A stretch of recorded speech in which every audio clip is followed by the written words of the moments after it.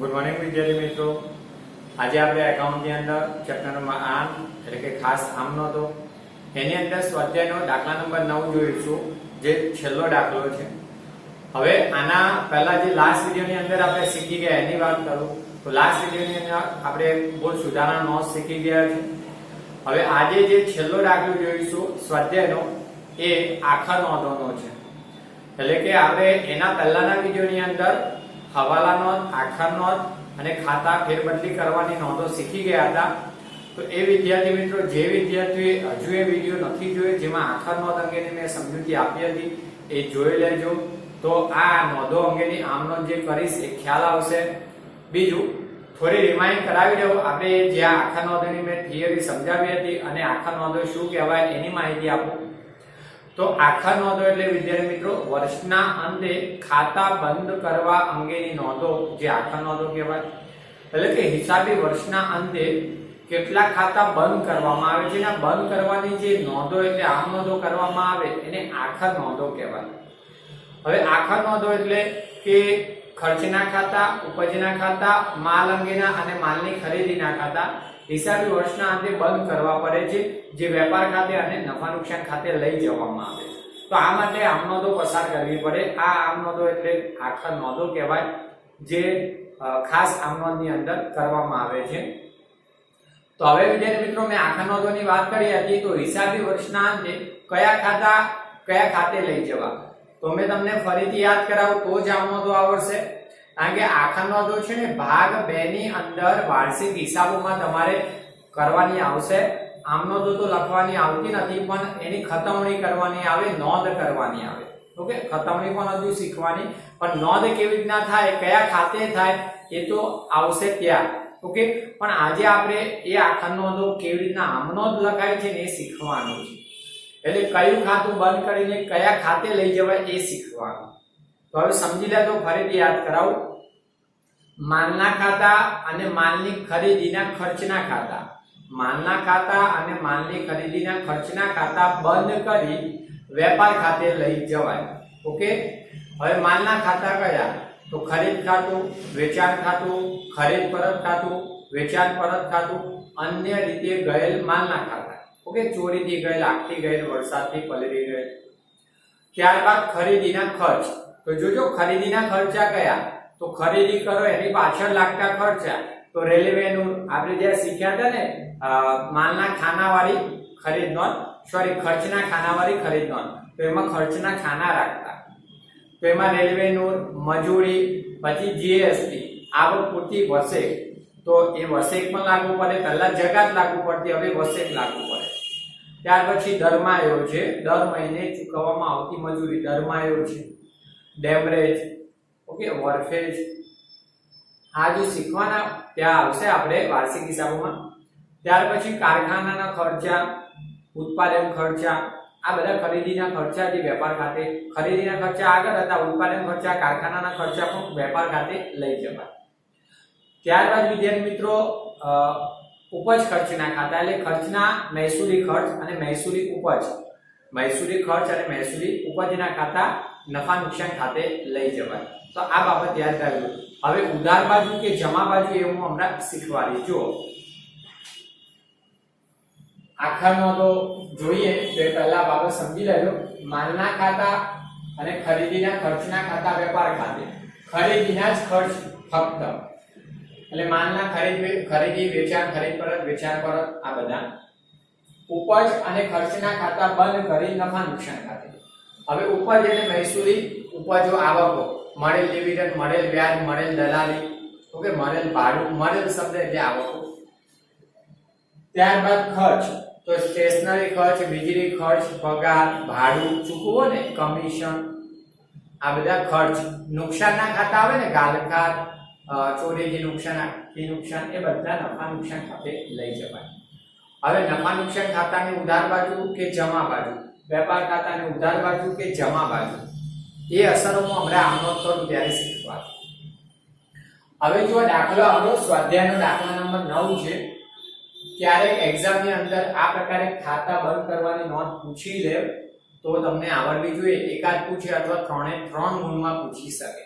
Okay, એક ગુણમાં તો ઘણી બધી સ્કૂલમાં બી ખાતું બંધ કરવાની નોંધ લખવાની, પણ અપવાદ સ્કૂલો છે 3 ગુણમાં પૂછી શકે છે. જુઓ, નીચેના ખાતા બંધ કરવાની નોંધો લખો. ઓકે, સ્વાધ્યાયનો 9મો દાખલો છે અને રકમ મેં ઉતારી દીધી છે, બધી રકમ ઉતારી દીધી છે. હવે જો વિદ્યાર્થી મિત્રો કુલ 9 ખાતા આપ્યા છે, 1 થી 7, 8 અને 9. જોઈએ 1 બાય 1. તો પહેલું વ્યાજ ખર્ચ શબ્દ લખ્યો છે, વ્યાજ ખર્ચ ખાતું 1000. વ્યાજ ખાતું આપી દે ને તો એ સમજવાનું ખર્ચ. ભાડા ખાતું સૂચના ના આપે તો ખર્ચ જ અર્થઘટન કરવાનું. આગળ મળેલ શબ્દ વાપરે તો જ આવક ગણવાની. સૂચના ના અભાવે ખર્ચ ના ખાતા. અહીંયા તો સ્પષ્ટ લખ્યું છે વ્યાજ ખર્ચ ખાતું 1000. હવે વ્યાજ ખર્ચ ખર્ચનું ખાતું છે. તો હવે વિદ્યાર્થી મિત્રો એક વસ્તુ યાદ રાખજો, બાકીઓ તો તમને આવડી જશે, હજુ બાકીઓ શોધતા તો ખતવણીમાં શીખવાનું, આના પછીના ચેપ્ટરમાં, પણ થોડી મોઢે તમને આવડી જાય એ રીતના બતાવી દઉં કે એ પહેલા આપણે કોઈ પણ ખાતું બંધ કરવાનું હોય ને તો એની અસર કેવી રીતના થાય. કોઈ પણ ખાતું બંધ કરો ને તો વિરુદ્ધ અસર પામે. આ યાદ રાખજો અત્યારે, વિરુદ્ધ અસર. માનો કે ખર્ચ હોય, જેમ કે વ્યાજ ખર્ચ, પગાર, આ બધા ખર્ચ, તો ખર્ચની કઈ બાકી હોય? હંમેશા ઉધાર. આપણે શીખ્યા ને ઉપજકરનો નિયમ, ખર્ચના ખાતા ઉધાર થાય, એટલે ખર્ચની ઉધાર બાકી હોય. હવે ખર્ચનું ખાતું બંધ કરો ને તો એ ખાતું જમા થઈ જાય, ત્યારે ચોપડે ક્લોઝ થાય, બંધ થઈ જાય. ઓકે, એટલે કોઈ પણ ખાતું બંધ થાય ને તો એની જે તે બાકી હોય એનાથી વિરુદ્ધ અસર આપો ત્યારે બંધ થાય. જેમ કે ખર્ચ હોય, ખર્ચની ઉધાર જ બાકી હોય, ઉપજકરનો નિયમ શું કે ખર્ચ ખાતે ઉધાર. હવે ખર્ચની ઉધાર જ બાકી હોય, હવે બંધ કરો તો વિરુદ્ધ અસર શું થાય? ઉધાર બાકી હોય તો જમા. એવી રીતે આવકો, તો આવકોની જમા જ બાકી હોય હંમેશા. ઉપજકરનો નિયમ શું કે ઉપજ ખાતે જમા. તો બંધ કરો તો આવકનું ખાતું હવે ઉધાર કરવાનું. ઓકે, હવે કયા ખાતે લઈ જવા તે શીખવાડ્યું. જો વ્યાજ ખર્ચ, તો ખર્ચનું ખાતું કયા ખાતે લઈ જવાય? નફા નુકસાન ખાતે. ઓકે, હવે જુઓ વ્યાજ ખર્ચ ખાતું તો ખર્ચની ઉધાર બાકી હોય, બંધ કરો તો વ્યાજ ખર્ચ ખાતું જમા થાય. ઓકે, ઉપજ ખર્ચના નિયમ પ્રમાણે ખર્ચની ઉધાર બાકી હોય, હવે બંધ થાય ને તો એ શું કરવું પડે? વિરુદ્ધ અસર એટલે જમા. અને કયા ખાતે ઉધાર? નફા નુકસાન ખાતે. તો જો આમ નોંધ પહેલી ખાના એના જ બને, આમ નોંધના નફા નુકસાન ખાતે ઉધાર.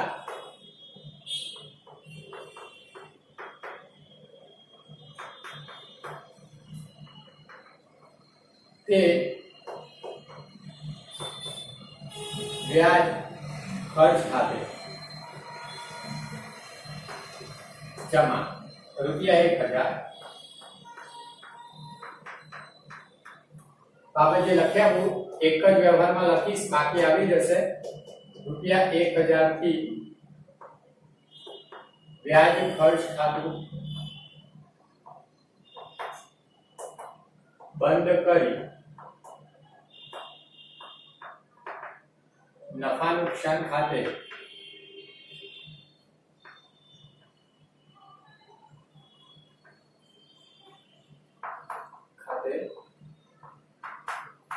લઈ ગયા તેના. રૂપિયા 1000 થી વ્યાજ ખર્ચ ખાતું બંધ કરી કયા ખાતે? નફા નુકસાન ખાતે લઈ ગયા તેના. હવે વિદ્યાર્થી મિત્રો એક બાબત યાદ રાખી લેજો, ખર્ચના ખાતા મહેસૂલી ખર્ચા હંમેશા નફા નુકસાન ખાતે ઉધાર થાય. બધા જેમ કે વ્યાજ ખર્ચ, પગાર હોય, ચૂકવેલ ભાડું હોય, તો એ બધા બંધ થાય એટલે જમા થાય, નફા નુકસાન ખાતે ઉધાર જ થાય. ઓકે, કારણ કે ખર્ચની ઉધાર બાકી હોય, બંધ કરો તો જમા થાય. કયા ખાતે ઉધારવાના? નફા નુકસાન.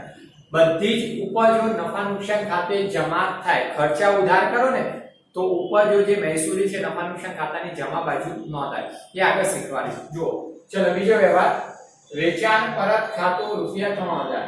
હવે વેચાણ પરત તો યાદ રાખજો વિદ્યાર્થી મિત્રો, આપણે જે માલ વેચ્યો હોય એ વેચેલો માલ શું થાય? પરત આવે. તો આપણે આમાં શું લખીએ?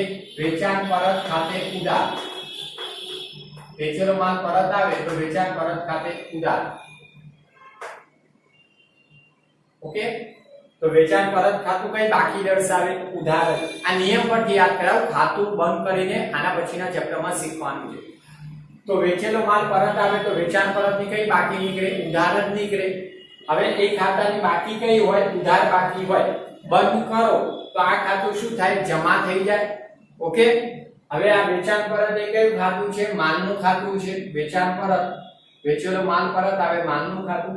માલના ખાતા કયા ખાતે લઈ જવાય? વેપાર ખાતે. ઓકે, તો વેચાણ પરત ખાતું શું થઈ જશે? જમા, અને વેપાર ખાતે શું થઈ જશે? ઉધાર. ઓકે, બીજી આમ નોંધ, વેપાર ખાતે ઉધાર તે વેચાણ પરત ખાતે જમા. રકમ 3000.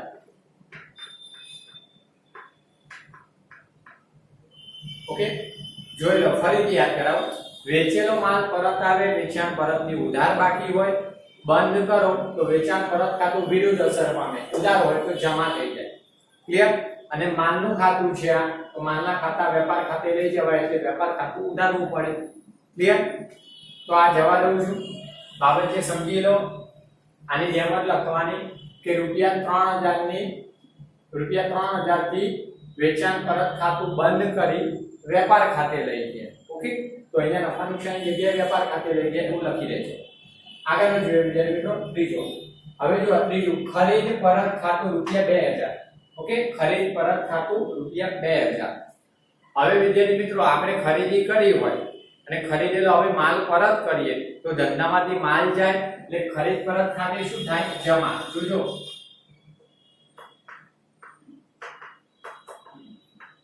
આપણે તે ખરીદ પરત ખાતે લખીએ છીએ ને, યાદ રાખજો, ખરીદેલો માલ, આપણે ખરીદેલો માલ પરત કરીએ છીએ. ખરીદેલો માલ પરત જાય તો માલ મિલકતનો નિયમ શું કે માલ પરત જાય તો જમા. એટલે ખરીદેલો માલ પરત જાય એટલે ખરીદ પરત ખાતે જમા લખાય. તો કઈ બાકી નીકળે? આની જમા જ બાકી નીકળે. ક્લિયર? હવે જુઓ, ખરીદ પરત ખાતું માલનું ખાતું કહેવાય. માલના ખાતા કયા ખાતે લઈ જવાય? વેપાર ખાતે. ક્લિયર? તો હવે વેપાર ખાતે લઈ જવાય. હવે નોંધ કેવી રીતના કરવી?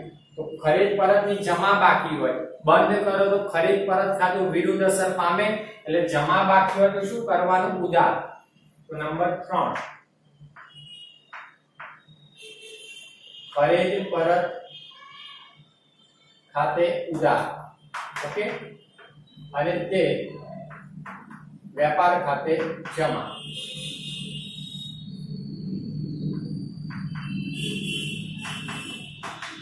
ઓકે, રકમ તો 2000.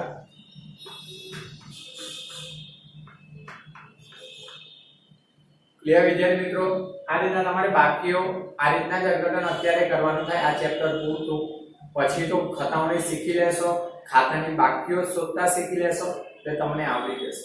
ઓકે, અને આ બધી નોંધો છે ને ત્યાં તો મોઢે કરવાની થશે. આ રીતના અર્થઘટન આવડી જશે. ગભરાતા નહીં કોઈ પણ વિદ્યાર્થી મિત્રો. આ બધું હજુ ફર્સ્ટ ટાઈમ શીખો છો, રિમાઇન્ડ થશે, રિવિઝન કરશો, પ્રેક્ટિસ કરશો, થઈ જશે. ઓકે, ચલો તો બાબત જે વિદ્યાર્થી મિત્રો લખી શકો તમે. બાબત જેમાં લખવાનું ₹2000 થી ખરીદ પરત ખાતું બંધ કરી વેપાર ખાતે લઈ ગયા તેના. હવે એવી રીતે વિદ્યાર્થી મિત્રો જો 4 નંબર, મરેલ વ્યાજ ખાતું. મરેલ વ્યાજ એટલે આપણી ઉપજ થઈ. ઓકે, આ શબ્દ જો મરેલ વ્યાજ ખાતું 500. મરેલ વ્યાજ એટલે આપણી ઉપજ. ઉપજના ખાતા જો કયા ખાતે લઈ જવાય? નફા નુકસાન ખાતે. ક્લિયર? હવે એ થઈ ગયું કે કયા ખાતે? નફા નુકસાન ખાતે. બીજી વસ્તુ યાદ રાખવાની, ઉપજની કઈ બાકી હોય? ઉપજ ખર્ચનો નિયમ શું કે ઉપજનું ખાતું જમા થાય. એટલે મરેલ વ્યાજ ખાતું છે એની કઈ બાકી હોય? જમા. આપણે લખીએ તે વ્યાજ ખાતે. ઓકે, તો મરેલ ઉપજ હોય એની જમા બાકી હોય. હવે બંધ કરો તો એ ખાતું જમા હોય તો એને શું કરવું પડે? ઉધાર, વિરુદ્ધ અસર. તો જુઓ, ખર્ચની જેમ આપણે વિરુદ્ધ અસર આપવાની આની. તો જમા બાકી હોય, બંધ કરો ત્યારે વ્યાજ ખાતું શું થઈ જશે? લખી આપો આખા શબ્દોમાં મરેલ વ્યાજ. મરેલ વ્યાજ, કારણ કે આ ખર્ચ હતો ને એટલે આ મરેલ શબ્દ લખવાની જરૂર ના હોય, વ્યાજ ખાતે જ ઉધાર કરવાનું. પણ આ તમને જાણકારી માટે લખી આપું છું આખો હોય. ઓકે, આમ તો એટલું વ્યાજ ખાતે જ ઉધાર લખવાનું હોય. હવે જો વિદ્યાર્થી મિત્રો, આને જમા બાકી હોય, બંધ કર્યું એટલે ઉધાર કરી નાખ્યું. ઉપજનું ખાતું ઉધાર કરી નાખ્યું. ક્લોઝ. કયા ખાતે? નફા નુકસાન ખાતે લઈ જાવ તો તે નફા નુકસાન ખાતે.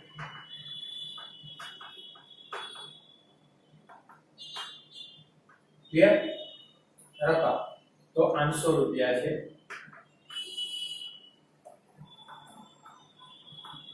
હવે બે મિત્રો બાબત છે રૂપિયા 800 થી મળેલ વ્યાજ ખાતું બંધ કરી નફા નુકસાન ખાતે લઈ ગયા તેના. બીજું વિદ્યાર્થી મિત્રો, આ જ્યારે ખર્ચનું ખાતું બંધ કરી ત્યારે મેં કીધું હતું કે ખર્ચના ખાતા બંધ કરીને નફા નુકસાન ખાતે ઉધાર બાજુ જ લઈ જવાય. ઓકે, અને ઉપજના ખાતા બંધ કરી નફા નુકસાન ખાતે જમા બાજુ લઈ જવાય. એટલે ખર્ચા નફા નુકસાન ખાતે ઉધાર, ઉપજ નફા નુકસાન ખાતે જમા જ લખાય. ઓકે, પછી મળેલ ભાડું આપે, મળેલ વટાવ આપે કે મળેલ ડિવિડન્ડ આપે, આમનો દાદ થાય મળેલ ડિવિડન્ડ ખાતે તે નફા નુકસાન ખાતે, ઉપજનું ખાતું ઉધાર, નફા નુકસાન ખાતે જમા. જોઈએ 5 નંબર, જાહેરાત ખર્ચ ખાતું 1500. જાહેરાત ખર્ચ, ખર્ચનું ખાતું ક્યાં લઈ લેવાય?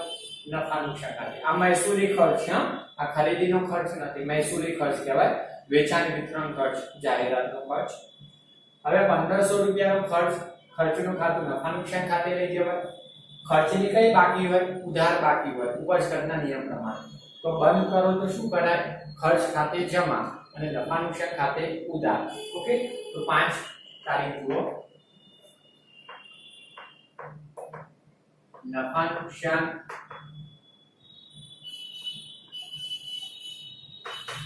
ખાતે ઉધાર તે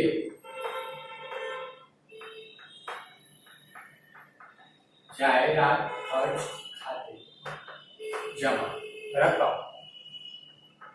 જો વિદ્યાર્થી મિત્રો, જાહેરાત ખર્ચ 1500 રૂપિયા,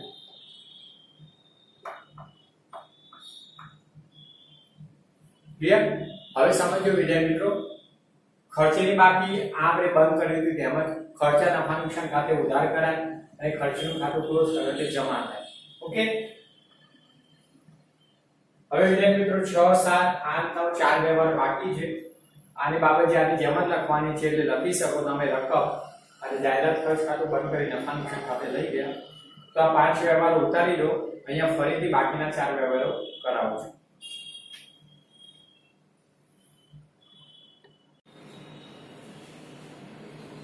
હવે જોઈએ વિદ્યાર્થી મિત્રો, આગળ 5 નંબરની રહેવા દીધી છે કારણ કે હમણાં આપણે ખર્ચની નોંધ કરી છે 5 નંબરની. તો હવે 6 નંબરથી ઉપરથી લખીશ. જો 6 નંબર, પગાર ખાતું 4000. હવે પગાર ચૂકવેલ છે કે મળેલ છે એવું સૂચના નથી. તો મેં આગળ પણ કીધું હતું કે કોઈ પણ ખર્ચ જેમ કે ભાડું, પગાર, સ્ટેશનરી ખર્ચ તો એવું લખાય છે, પણ જે ખર્ચની અંદર આવી સૂચનાઓ ના હોય જેમ કે પગાર કે ભાડું, તો એ સમજવાનું ખર્ચ છે ચૂકવાયેલો જ હોય, એટલે ખર્ચ તરીકે જ અર્થઘટન લેવાનું. હવે પગાર, તો પગાર કેટલો? 4000. તો આ તમારો ખર્ચ કહેવાય.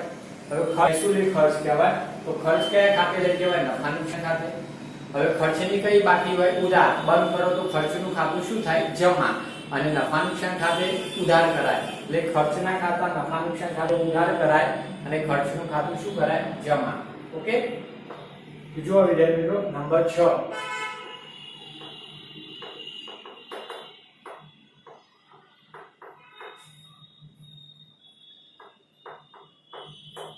નફા નુકસાન ખાતે ઉધાર તે પગાર ખાતે જમા. રકમ તો 4000.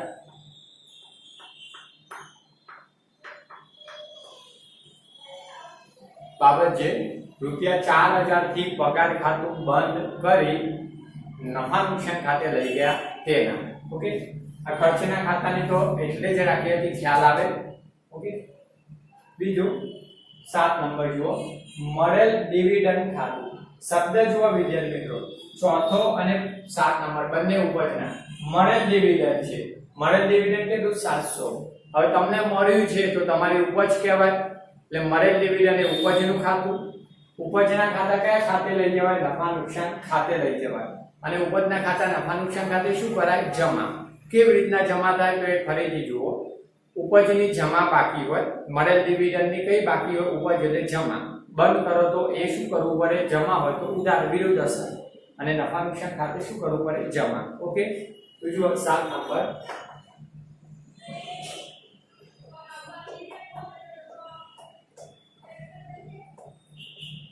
મળેલ ડિવિડન્ડ ખાતે ઉધાર તે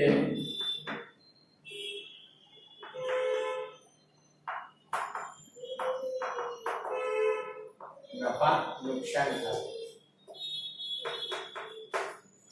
રકમ મળેલ ડિવિડન્ડ 700. બાબત જે ₹700 મળેલ ડિવિડન્ડ ખાતું બંધ કરી નફા નુકસાન ખાતે લઈ ગયા તેના ઉપજની નોંધ આના કરતા વિરુદ્ધ થાય. જે અગાઉ આપણે જુઓ 4 નંબરમાં કરેલી હતી એ જ પ્રકારે થાય. ઉપજનું ખાતું નફા નુકસાન ખાતે જમા કરાય. ક્લિયર? હવે વિદ્યાર્થી મિત્રો નંબર 8 જોઈએ. ખરીદ અને વેચાણ માલના ખાતા છે, બંને જોઈ લઈએ. જુઓ, ખરીદ ખાતું ₹5000. હવે ખરીદ ખાતું તો માલનું ખાતું. ક્લિયર? આ યાદ રાખો. ખરીદ ખાતું એટલે માલનું ખાતું. માલનું ખાતું ક્યાં લઈ જવાય વિદ્યાર્થી મિત્રો? વેપાર ખાતે.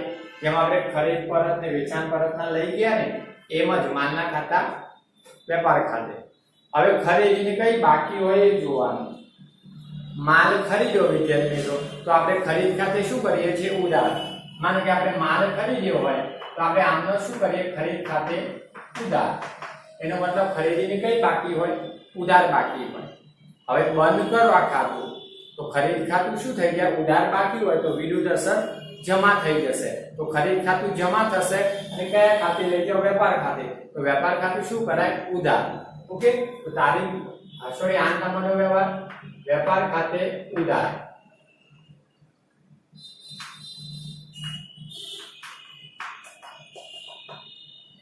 કે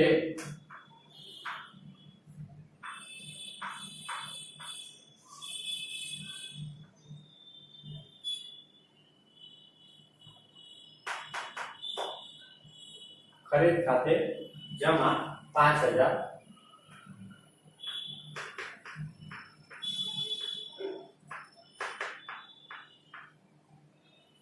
બાબત જે વિદ્યાર્થી મિત્રો ₹5000 થી ખરીદ ખાતું બંધ કરી વેપાર ખાતે લઈ ગયા તેના ખરીદી અને ખરીદીના ખર્ચા. ઓકે, રેલવેનું આપે, ક્યારેક આવક પૂરતી વસેક આપે, મજૂરી આપે, તો એ ખર્ચ પણ વેપાર ખાતે ઉધાર જ કરાય અને ખર્ચના ખાતા જમા થાય. કારણ કે ખર્ચની ઉધાર બાકી બંધ કરો તો જમા. કયા? ખરીદીના જ ખર્ચા. મૈસૂરી ખર્ચાને યાદ રાખજો, જેમ પગાર ને બધું નફા નુકસાન ખાતે લઈ દેવા. હવે તેમ મિત્રો છેલ્લો જોઈએ 9 નંબર વેચાણ ખાતું ₹10,000. વેચાણ ખાતું ₹10,000. તો વેચાણનું ખાતું એ કયું? માલનું ખાતું. આપણે માલ વેચાણ કરતા હોય તો વેચાણ ખાતે શું કરીએ? જમા. તો વેચાણનું ખાતું એ માલનું ખાતું. માલના ખાતા ક્યાં લઈ જવાય? વેપાર ખાતું. ઓકે, બીજું વેચાણની કઈ બાકી હોય? તો હમણાં કીધું માલ વેચાણ કરીએ જાય તો જમા. એટલે વેચાણની કઈ બાકી હોય? જમા બાકી હોય. આપણે માલ વેચાણ કરીએ તો વિદ્યાર્થી મિત્રો વેચાણ ખાતે શું લખીએ છીએ? જમા. હવે એની જમા બાકી હોય વેચાણની બંધ કરો એટલે વેચાણ ખાતું શું કરવું પડે? ઉધાર. ને કયા ખાતે? વેપાર ખાતે લઈ જાવ તો વેપાર ખાતે જમા કરાય. બીજું વેચાણની જમા બાકી હોય બંધ કરો ત્યારે વેચાણ ખાતું શું કરવું પડે? ઉધાર. ઓકે, વેચાણ ખાતે ઉધાર અને તે વેપાર ખાતે જમા. રકમ તો 10,000.